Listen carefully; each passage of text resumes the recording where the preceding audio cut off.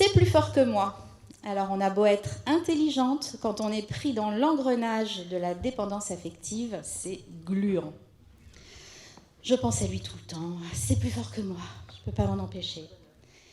Et si ce lien, cette relation dysfonctionnelle à l'autre, prenait naissance avant notre mise au monde? Merci d'accueillir la merveilleuse Alexia Gilbert pour une mise en lumière du jumeau survivant.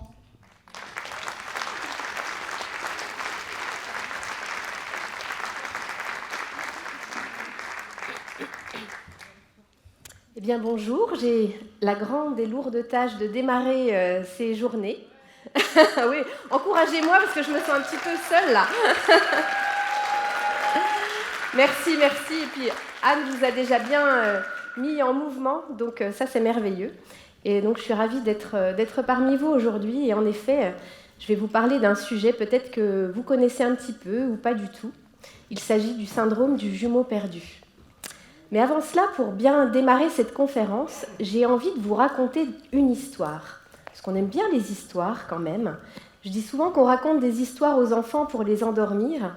Et moi, j'ai envie de vous raconter une histoire à vous, les adultes que vous êtes, pour vous éveiller.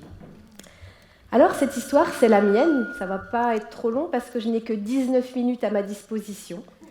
Mais en tout cas, ce que j'ai envie de vous dire, c'est que durant 43 ans, j'ai été une madame parfaite.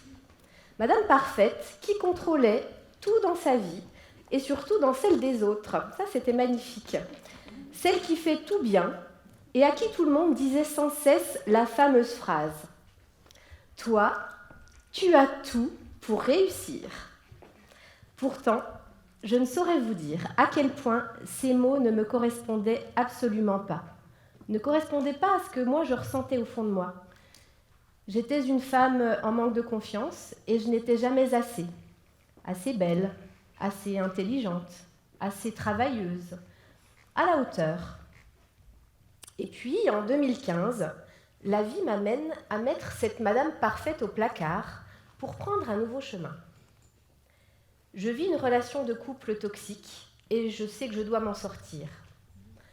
Cela se solde par un divorce, la vente de ma maison, et la compréhension du fait, comme l'a dit Anne, que je suis dépendante affective. Un nouveau mot qui allait faire son entrée dans ma vie, dont je n'avais jamais entendu parler avant.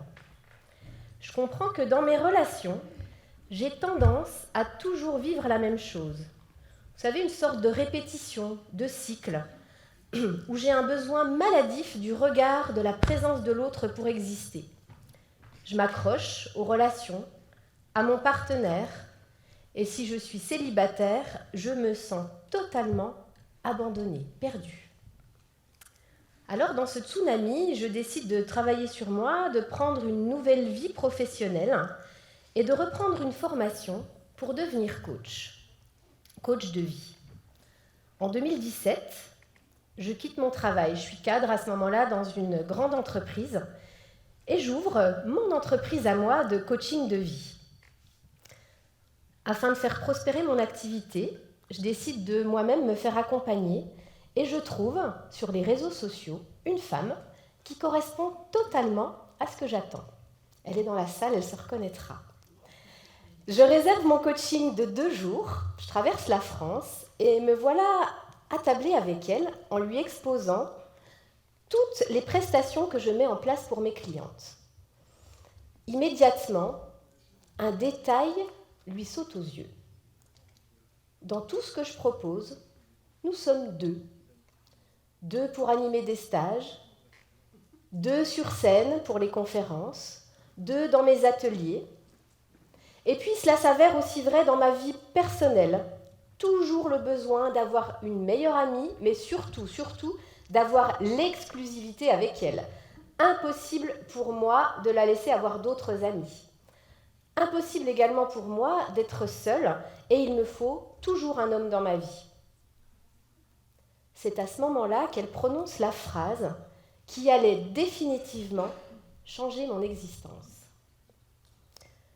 Alexia, je crois que tu souffres du syndrome du jumeau perdu. Là, grand blanc. De quoi elle me parle? Moi, je n'ai jamais eu de jumeaux, de jumelles, il n'y en a pas dans ma famille. Elle a dû fumer quelque chose, là. Enfin bon, je le saurais quand même. Et pourtant, une partie de moi était complètement dubitative et une autre part ressentait comme un soulagement d'être enfin comprise et d'être entendue. Et je me suis même mise à pleurer, sans vraiment comprendre ce qui m'arrivait. Je m'observais, je me voyais pleurer, je ne comprenais pas ce qui se passait. Je vous avoue que je suis repartie de chez elle très ébranlée et j'ai commencé à faire des recherches sur ce fameux syndrome. Pour la petite parenthèse, un syndrome, c'est un ensemble de symptômes qui sont fréquemment associés. Alors je regarde des vidéos, je lis le livre d'Alfred Osterman, le seul que j'ai trouvé, qui s'appelle « Le syndrome du jumeau perdu ». Et quelle ne fut pas ma surprise de comprendre que je cochais presque toutes les cases. Et donc, je vais vous présenter les symptômes que je ressentais à ce moment-là et qui sont listés par les spécialistes. C'est un sentiment de manque, d'incomplétude, avec le besoin de retrouver le jumeau perdu en vivant une relation exclusive. La peur d'être abandonné et une hypersensibilité aux séparations et au deuil. La difficulté aussi de se séparer de ses affaires, qui sont éventuellement achetées en double. Un sentiment de culpabilité, d'auto-sabotage, où l'on s'interdit de réussir, comme un plafond de verre. Une tendance à être très sensible, hypersensible, silencieux, en retrait, à s'isoler et se sentir incompris. Un rapport parfois problématique avec la nourriture, que ce soit de l'anorexie ou de la boulimie. Des difficultés à faire des choix. Un perfectionnisme exacerbé. Des tendances à la dépression et avoir la sensation de passer à côté de sa vie. Alors à ce stade de mon exposé, peut-être que vous êtes un peu perplexe, et je vous rassure sur ce point. J'ai ressenti la même chose la première fois que j'ai entendu parler de ce syndrome. Et puis, la mère le saurait, non? Eh bien non, pas forcément. Bien évidemment, j'ai questionné ma propre mère qui ne se rappelle de rien. Et en plus, à ce jour, il n'y a aucune preuve scientifique. Mais en tout cas, ce que je peux vous dire, suivant les statistiques qui sont réalisées par les médecins, c'est que plus ou moins 15% des grossesses seraient gémellaires, alors que la naissance de jumeaux ne concerne qu'1% des naissances environ. La mort d'un jumeau en début de grossesse est donc fréquente. Mais certains avancent des chiffres encore plus importants, de l'ordre de 20 à 30% de grossesses initialement gémellaires.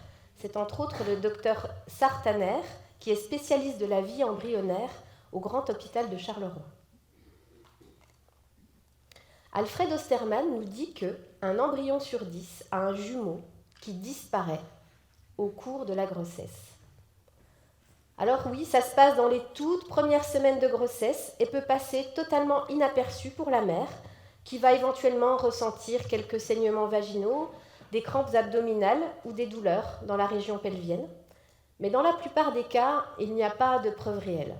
Et il faut donc se contenter d'une sensation, voire d'une intuition, ou d'une forte réaction émotionnelle à la première évocation du syndrome du jumeau perdu et de ses symptômes, comme ce que j'ai pu vous expliquer pour moi.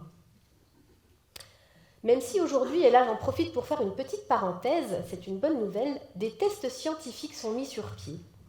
Il y a une équipe internationale de chercheurs qui a développé un test fiable à environ 60 à 80%. Il permet d'identifier des personnes qui ont eu un jumeau dans l'utérus, avec un simple prélèvement à l'intérieur de la joue. Grâce à cela, les chercheurs ont pu observer une sorte de schéma, une signature moléculaire ou encore une signature épigénétique. C'est une sorte de cicatrice chimique qui est due à la division de l'œuf et elle est conservée par les vrais jumeaux toute leur vie. Autrement dit, elle peut être utilisée pour déterminer si une personne était à l'origine un vrai jumeau. Et oui, parce que c'est dans les cellules que tout se passe. Nous sommes dotés de plusieurs types de mémoire, et dans le cas présent, la disparition de l'embryon laisse une empreinte indélébile dans notre mémoire cellulaire. Selon Philippe Brébion, il s'agit de l'ensemble de toutes les informations qui sont liées à notre vécu, à notre environnement proche.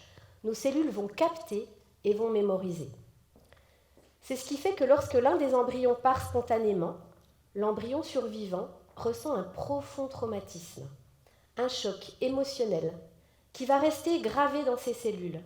Et c'est ce qui fait que, inconsciemment, des personnes passent parfois toute une vie à chercher l'autre, leur moitié, et de ce fait, elles ne se trouvent pas elles-mêmes. Alors on va parler un petit peu des manifestations de cette quête. Comme je vous l'ai dit, c'est une incapacité à faire les choses seule. Il manque toujours quelque chose pour avoir un sentiment de complétude. Beaucoup de mal à trouver sa place dans la société, au travail, dans la famille. On se met des barrières, même inconscientes. Chaque départ est vécu comme un abandon. Donc ça peut être le deuil, mais ça peut être des petites séparations du quotidien, même parfois quand le conjoint part en déplacement, tout simplement. Ce sont des personnes qui vont rechercher le contact en permanence, qui vont s'inquiéter outre mesure pour les gens qu'elles aiment. C'est un besoin de prendre ou d'avoir des nouvelles des proches très fréquemment. Alors vous allez me dire, dans tout ça c'est bien beau, mais qu'est-ce qu'il faut faire ? Eh bien déjà, prendre conscience va peut-être que vous vous sentez appelé, concerné par tout ce que je viens de dire là, car une information associée à la compréhension va vous amener à la guérison. Il s'agit de prendre conscience pour se libérer. Alors pour moi, il y a 4 étapes. La première étape dans ce parcours de guérison, de libération, c'est la compréhension. Tout d'abord, votre mental, il va avoir un petit peu de mal à accepter cette information. Il va trouver ça ridicule, déplacé. Mais, encore une fois, il s'agit d'observer vos émotions et vos sensations corporelles à l'évocation de ce syndrome. La deuxième étape que je propose, c'est que chacun reprenne sa juste place. Il s'agit de calculer sa place dans l'arbre généalogique, votre rang. C'est-à-dire que si vous avez eu un jumeau, une jumelle, il est parti avant vous. Donc, vous n'êtes peut-être pas le premier ou la première de votre fratrie, mais le deuxième. Et pour les personnes qui veulent aller plus loin, eh bien, vous pouvez même lui donner un sexe, garçon ou fille, et un prénom. Le prénom qui vous vient de manière complètement inconsciente et spontanée. L'étape 3, c'est lui redonner sa place dans l'arbre généalogique. Faire l'exercice de dessiner votre arbre et encore une fois, ressentir ce qui se passe à l'intérieur de vous quand vous voyez cet arbre bien différent que celui que vous avez l'habitude de voir. Donc en replaçant bien évidemment votre jumeau avant vous. La 4e étape, eh bien, c'est faire un rituel pour se séparer, pour dire au revoir. Là encore, c'est un moment qui vous appartient, c'est un instant fort, magique, presque spirituel. Ça peut être écrire une lettre, mettre une bougie, faire une intention. En tout cas, faire ce qui paraît le plus juste à ce moment-là. Alors, il existe bien d'autres modes de libération. Je n'ai pas le temps là de tout vous expliquer dans cette conférence, mais c'est déjà une première approche. Donc, des techniques que vous pouvez retrouver tout au long de ces 2 jours, bien évidemment, en écoutant les conférenciers, en regardant des vidéos, en faisant confiance à votre intuition. Donc, ça peut être la kinésiologie, les constellations familiales et transgénérationnelles, l'EFT, le MDR. Et je vais vous proposer, pour terminer ce moment que l'on partage ensemble, de vous offrir cette première étape du processus, le test. Donc c'est un test que moi j'ai mis au point en ayant récolté, comme je vous l'ai dit, tous les symptômes, toute cette quête, etc. Il n'a aucune valeur scientifique. C'est juste une première approche pour essayer de voir si peut-être vous êtes concerné ou pas. Donc je vais vous proposer, je crois que vous avez de jolis carnets, de prendre vos carnets, de prendre un stylo et vous allez voir, c'est très simple parce qu'il suffit de répondre par oui ou non. Donc chaque réponse vaut 1 point. Si vous avez un nombre de oui supérieur à 7, il est possible que vous souffriez du syndrome du jumeau perdu. Rassurez-vous, il n'y a pas 50 questions, il y en a 14. Voilà, donc si vous êtes prêts et prêtes, je vous propose de démarrer les questions. Voilà, et vous mettez surtout le nombre de oui. Et on verra à la fin ce que ça donne pour vous. Est-ce que c'est bon pour tout le monde? Ouais? Ok, super. Alors, première question. Vous êtes très empathique. Vous ressentez le malaise des autres et vous avez tendance à vouloir les sauver ou les aider, mais toujours de manière un petit peu excessive. Donc oui ou non. Si c'est oui, ça vaut un point. La deuxième question, vous avez toujours besoin de faire les choses avec quelqu'un, comme je l'ai expliqué pour moi. Donc des projets, du sport, des sorties, aller boire un verre, peu importe. En tout cas, faire les choses à deux, oui ou non. Troisième question, est-ce que vous avez tendance à acheter les choses en double? Ça peut être dans les rayons des supermarchés. Ah bah tiens, il y a une petite promo, je vais prendre les 2 boîtes de haricots verts. Ou ça peut être, je vais acheter un pull, je l'adore en vert, mais je vais aussi l'acheter en rose. Alors oui ou non? Est-ce que vous êtes sujet à des migraines ou des troubles alimentaires, comme de l'anorexie, de la boulimie ou du grignotage intensif? Oui ou non? Est-ce que vous ressentez souvent une sensation de vide ou de solitude? Donc ça peut être même quand on est avec plein de monde, on se sent bien, on est à une fête, et puis d'un seul coup, il y a quelque chose en nous qui fait qu'on ne se sent pas à sa place. Donc voilà ce sentiment où on se dit, tiens, qu'est-ce que je fais là?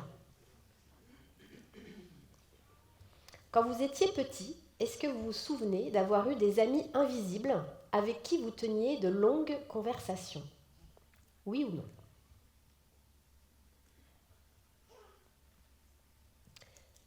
Est-ce que vous ressentez un grand manque de confiance en vous et vous avez du mal à trouver votre place et à vous affirmer?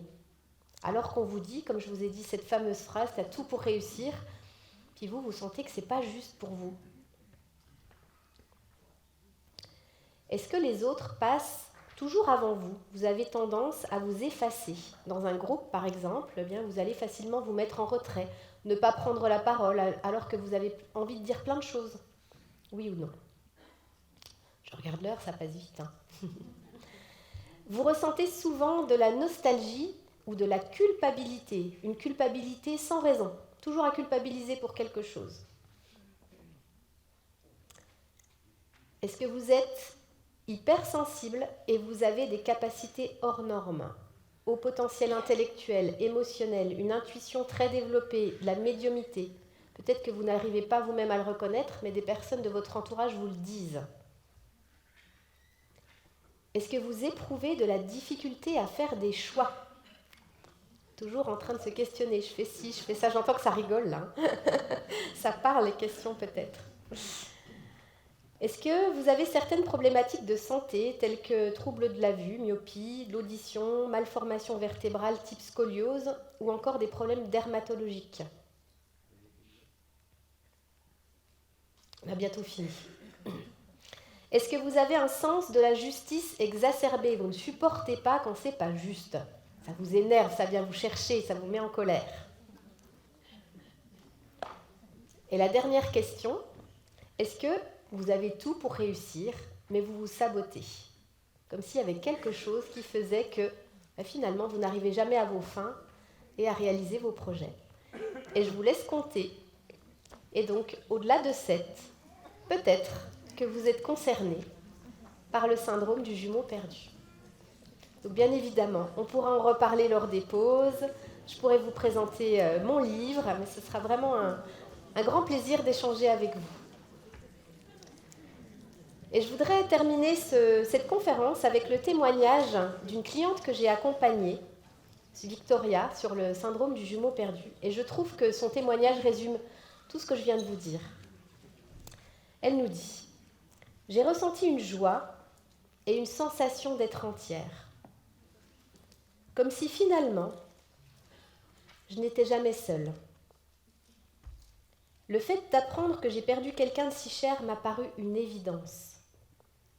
J'ai ressenti le besoin de faire le deuil de cet alter ego, de cet autre moi, de lui demander pardon et de le remercier de m'avoir laissé la place pour exister. Je vous remercie.